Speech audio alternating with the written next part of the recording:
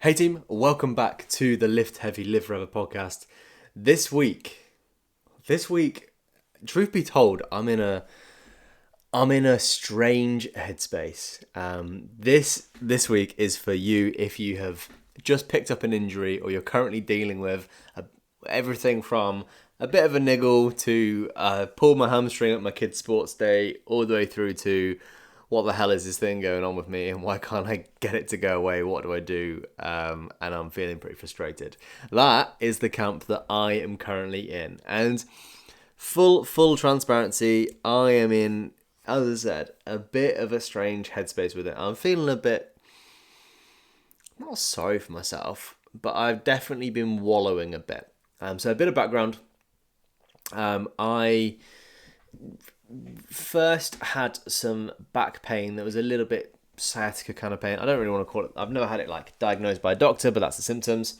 First experienced that in 2017. I was doing a degree in a year, which was a bad move. If you ever have the opportunity to do that, do not. I've come out of a relationship at the time. I was way too heavy, and I just went into the gym and just like did my back in as you would do your back in, and that was a long old journey. Ever since, maybe once a year, and it's an amalgamation of things, a bit of high stress, not sleeping quite so well, still trying to maintain normal training output, and I'll just have a bit of a back flare up. And it's one of these things where each time I've gone through it, I've known how to manage it a little bit faster each time. This started about 3-4 months ago, as that kind of traditional back pain. Now it's very much like I can't feel my feet when I'm trying to drive and stuff, and all that kind of funky stuff. So very much like nervy now. And as with, I'm not going to make this all about me. I'm going to make it about you, but I'm going to be thinking from the lens of me being in this right now, which I think is a useful frame, maybe to show that I am human and I'm frustrated with this, and there's parts of me that is just like, ugh. But I'm also doing this as a bit of accountability that I'm not just gonna sack off training. It's quite literally what I show you guys how to do. And so I've still been training. I've missed a couple of sessions, a handful of sessions, considering a few weeks ago, I literally couldn't stand on one leg. I couldn't get my boxes on. I couldn't touch my toes to put my socks on. It's been pretty rough. But as with the whole of my coaching journey, so much of what I do and how I want to coach you guys is for you to not go through the things that I've gone through. Whether that is having to lose 30 kilos in one go because you're particularly fucking miserable of where you're at. If I can make that journey for you easier, then amazing. That makes me feel good, and I know that I'm doing my job. But also, if you can not do the things that I did in terms of injuries as well, and I'll talk in more detail about some of these, not necessarily mistakes, but just mishandling of these things. For example, just resting and just waiting for the thing to go away, which in this case, especially in my case currently at the moment, it's not musculature at this point. So if I was just to get, a couple of sports massage and to sleep a bit more and stop training, it's not going away with that. Okay, well, there's some kind of mismanagement in the way that my body is moving for all things that is keeping me in this current dysfunction. So yeah, long story short, if I can get you, I mean, I'm not a physio, not a pain expert, and we'll refer out, absolutely, if you end up in the same position as me, we'll refer out to the necessary people that can help us figure this thing out together. But it is my job to help you go through the things with less intensity, or to a lesser extent than what I have, and to have done all the dumb shit that you don't have to. Simple as that. So, lessons from me getting injured. Firstly, we're going to start with the "oh fuck, something's up" checklist. What a cool name. So if you wake up and your neck has stopped turning to the left, or Alex, who's in the group, messaged me this morning, played rugby last night, and he's got laundry list of reasons to not step on the rugby pitch again for a few weeks. The first port of call is to send me a message as soon as possible, as soon as you can, that I've done this thing, and it makes my heart drop. It's like the stomach sinking feeling when I get a message from one of you guys. You're like, oh, I've done my back in. We had one of the guys, George, do this recently at a golf tournament, and then straight away I was like, fuck, like things have been going so well recently, and you'll feel that as well. I empathise with it. I'm feeling it right now. For myself, but I also very much feel that for you guys. Message me straight away, because your head will go the same as my head has gone this week, and it's been very, very useful for me. For me, saying this as someone who is actively coached and has been coached as well, just being able to share this with your coach, even if there's not like a straight away, here's what we can do, and it will take some kind of exploring as to what we do next. Just to share that is really, really helpful for your headspace, and also so you don't then go, well, I could probably still train, and then we make it worse. We don't want to do that. Together, we'll come together with that. Right, what's the next immediate thing that we do? It absolutely is not a death sentence to your goals, especially not at that time, but it might feel like it right now. Therefore, before you hit the fuck it button, I should be the first person you message. This is one of the, I've had conversations in the past about communication and how you ask me good questions so that I can best help you. This is one of those scenarios where if you just message me, you'll be like, I'm a bit fucked. And that's how the message starts. I can see that. That's fine. You're allowed to do that in this scenario. If you just do this out of the blue when you accidentally ate too many calories yesterday, not cool. Not a cool way of communicating. But if I lost my train of thought there. I'm having this realization in real time where I've been sat this afternoon, a mix of doing physio, trying to walk a bit, trying to mobilize my back because it's been a particularly bad day for it. I've just realized I've just kind of dragged myself out to do this podcast because this is when I record a podcast. This is the time block that I've got for it, and actually now that I'm talking, I needed this, so indirectly, thank you. It's kind of pulled my head out of a funk already, and we've not even got started yet. So the chances are, when you message me and you go, oh no, this thing's broken, what do I do? And you're in panic mode, which is fine. I need as much detail as you can give me straight away. As much detail as you can give me. What will happen then is I will ask loads of questions. I'm not going to give you any answers probably at this point. I'm just trying to collect as much data as possible. The same as when you go to a doctor and you say, I've got a pain in my knee, and then they ask you, what kind of pain? Have you experienced these things alongside it? Have you all of the stuff that comes with it? Because then we can accurately kind of pinpoint, okay, what are our next steps from here? And with that, it's worth noting that there's always something we can do. Always something we can do. I have had some of you guys learn this initially the hard way, and then it's got easier as we've re-gone through this. So Adam, who's in the group, when we first started together, his back was particularly bad. The photos of it I've used as a reference many times. And it was a case of, we want to get some other things sorted. We need to reduce body fat. We need to get him fitter. We need to get him stronger, doing more pull-ups. And we also need to sort the back thing as we go.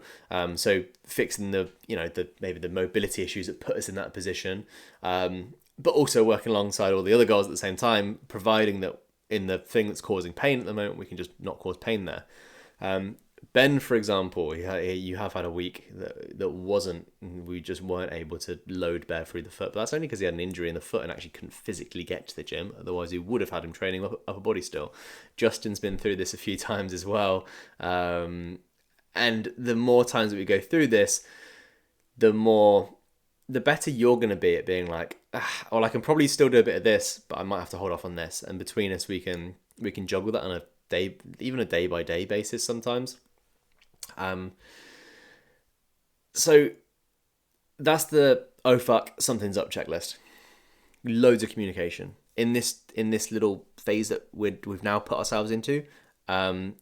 It's likely that whatever we set out in our quarterly together, we're going to adjust that a little bit, and that is okay. We're going to adjust the current phase that we're in. We maybe change our expectations as to as to what we can expect from you weekly, that's fine. We're going to adjust it, but what we're not going to do is we're not just going to sit and wallow and fucking sack it in. That is not going to get you anywhere. I'll say that down the barrel right now. And this is me saying it to you as much as it is me saying it to me. Because there have been times where I've thought about it. There have been times where I've thought, is it even, is it worth me like paying a coach at the same time as trying to go for all of this? I'm going to have to, look at other options and physio and blah, blah, blah, blah. If I can't move at all, what does that mean? We can do nothing and it can definitely not get better, or we can figure out what it is and we can be proactive at it and we can be an active participant in your recovery. Injuries happen when we exceed what our tissues and joints are currently capable of tolerating. So sometimes injuries happen because you did too much in a very physical sense. You went to lift something that was way heavier than you've lifted before and you snapped your shit. Sometimes that happens and it's very, I did my back in trying to deadlift and I haven't deadlifted in 3 years. Well, dude, funnily enough, you almost deserve that at that point. But there are so many other factors at play, and rarely is it actually just the thing at the time. I don't think I've ever done my back in a deadlift or a squat or whatever, because when I've got the load in front of me, you know this thing's heavy and you brace well and you, I suppose, do the things necessary to respect the weight. What I have found has been the big flare-up for me, and probably similar for yourself, is just an overall stress on the body. So for example, this has got it's fucking painful to admit this, but my back has kind of re-flared up again after doing quarterlies with all of you guys. So I had a couple of weeks where I was just sat at my desk for just like double the hours that I would on a normal week. So it is what it is. I would not have it any other way. I absolutely love it. In fact, it's one of the best parts of my job is getting to do that, and I absolutely love it. However, I was doing that and I was trying to maintain my normal training schedule, lifting as much as I normally lift. I was working super early and super late, so my sleep wasn't so good. I was eating very much on the fly, just whatever I had time to, often too much and then often not enough. I was then trying to maintain a social schedule, and I had a week where I went to a couple of gigs in a row, and I slept in like 4 different beds in the space of a week, just going to visit my brother and going to a gig somewhere else. And then, funnily enough, the following week, you sneeze wrong, you put your shoes on wrong, try and pick up your car keys that you drop on the floor, and shit, something's gone. And what we can call this in terms of stress is something called allostatic load.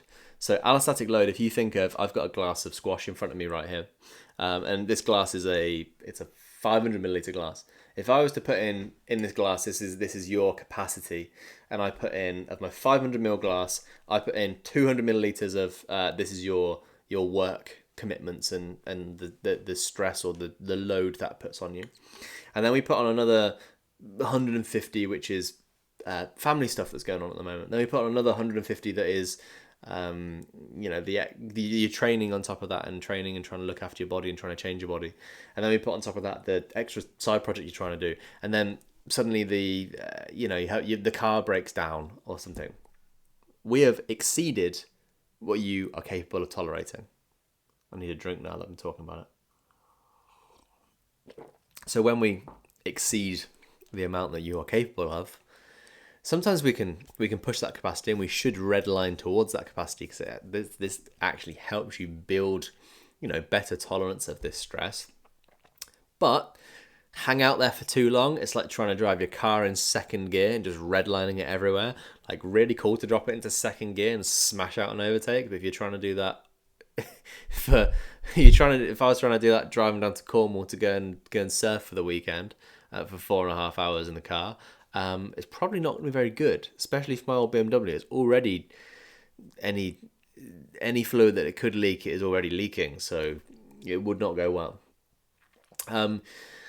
I have very much found this week has been frustration in a few senses, and I'm sharing this to for you to maybe just feel like you're not alone if you're going through this. There's a frustration of like this is just taking such a long time. I'm not sure sometimes whether it's getting better or whether it's actually getting worse, which is obviously not cool. And there's also a frustration that is I've been here before, so why am I back here? Like, I've had this before and I overcame it, and I did the things between coaches and physios and chiropractors and all of the things, and I've moved away from that, and I've been strong, and I've run fast, and I've lifted heavy, and I've, honestly, I've had times where I've felt like a much better leader for you guys because I'm physically able to do the stuff that I'm asking you to do, and now I can't, and now I have this feeling of like I'm back to square one. I know this isn't the case, and I know I'm going to move through this faster than I have done in the past because of the experience that I've gained, but it doesn't mean I don't feel that. You're not actually at square one. I'm not. And at least I've known where to go straight away to get myself through this. Yeah, so my kind of note on that is like, you've learnt tools last time that will help you move through this, and maybe half the time, or maybe it'll take the same amount of time, but it'll be a bit of an easier process along the way, and there won't be as much confusion along the way. You'll kind of understand, okay, well, last time this took me a bit of time to get over. Here's how I manage my training. Here's how I, rather than getting out and trying to run a 10K, I actually picked up a bit of swimming, and that helped ease it off. Or I was doing a bit of mobility in the mornings, or all of these different tools, tricks, tips, and tactics that we can put in place. These are all part of the toolbox that we can then bring out to play. If you see any therapists or any kind of anything, I need to be kept in the loop. This is super, super important. The amount of times that people have been like, oh yeah, I want to see a physio, and like just forgot to mention it. Dude, super important for me. You guys, the guys that I work with, I don't get to see you all the time. I don't get super hands-on with you all the time. So for somebody to get hands-on with you is fantastic. And they will speak a language that I understand and I can run with and program off the back of what you're given from a physio. You're given a bunch of mobilization, a little bit of stretching, a little bit of building up some strength in areas that specifically need it. But what I will be able to do is be able to take that, and like that's almost, they're getting you up the runway to be able to take off again. They get you up into the sky, and then I'm gonna take it from there. That wasn't my best analogy, but hopefully that makes sense. And actually, whether this is the case of a physio is happy to send me any notes or anything, or you can share this across with me, or they're happy to, I don't know, link us all in an email chain or whatever, however it needs to work.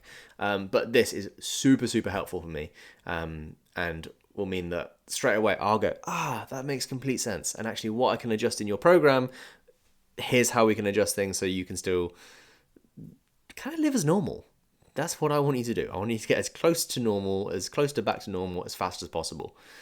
And yeah, I'll leave it with this because we're almost at 20 minutes here. And the big thing, as I've said, is communication. That is huge.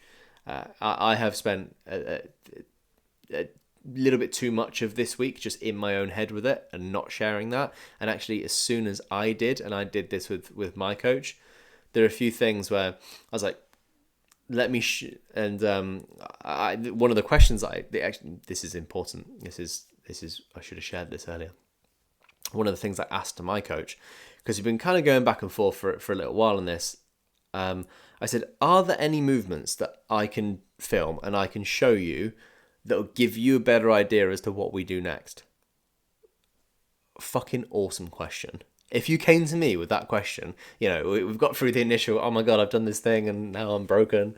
We've got through the initial panic of it. If you came to me with that question, are there any movements or anything I can film that I can show you that will give you a better idea as to where we're at? Magic client question that is. Because that shows me that you're in a headspace of, I know where we're at. It's not great. But together, let's secret handshake and let's figure this out. Super cool place because we can build from there. And there's definitely something we can always do from there. We can always do something. And sometimes we have to revert to, doing the slightly more corrective stuff that is going to get you back up to your best as fast as possible. And sometimes we just need to manage. We need to look after the human in this part as well.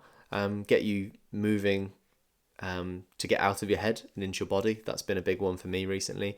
Actually just getting into the gym and sometimes just fanning about a little bit, doing a bit of mobility, doing a little walk on the treadmill, chatting to a few mates who I know are going to be in there training a variation of chest and arms, or arms and chest, or shoulders, arms and chest, or arms, chest and shoulders. It's been moving to get out of my head and into my body quite a lot. That's been particularly useful. Drinking lots of water, sleeping, the stuff where maybe your body's also trying to tell you that you just need a bit more rest and recovery, especially if you've got an injury that is affecting your sleep, which mine has been. I've just been trying to prioritize getting more. Simple as that. And yeah, it sucks and it's frustrating and it will adjust your goals. This was not the goal for me. I was in a pretty intense dieting phase, smashing training, super high output, and I've gone from, I was walking around Birmingham last week and I was broken, had to go and sit in a coffee shop and sit down and try to loosen off my back. So it's a bit of a step backwards from where I was a few weeks ago. But yeah, even the best people lose their head. That's not me calling myself the best. That makes me want to throw up in my own mouth. But there's none of you guys that have been through this, no matter how solid and resilient you are, and some of you are absolute beasts on this, you'll still lose your head, because you're an active participant in your own progress, which is a good thing. I want you to care like this. This is fantastic stuff. But yeah, communicate lots. This is not forever. It's just for a time. It will adjust how your goals look for a little bit of time, but it does not mean that they completely stop either. There's always something that we can be doing. The answer is very rarely to just do nothing and wait for it to go away. But yeah, I'll keep you updated with what I'm doing, and if there's anything that is super helpful for me, I'll update on the journey, and I'll catch you in the next one.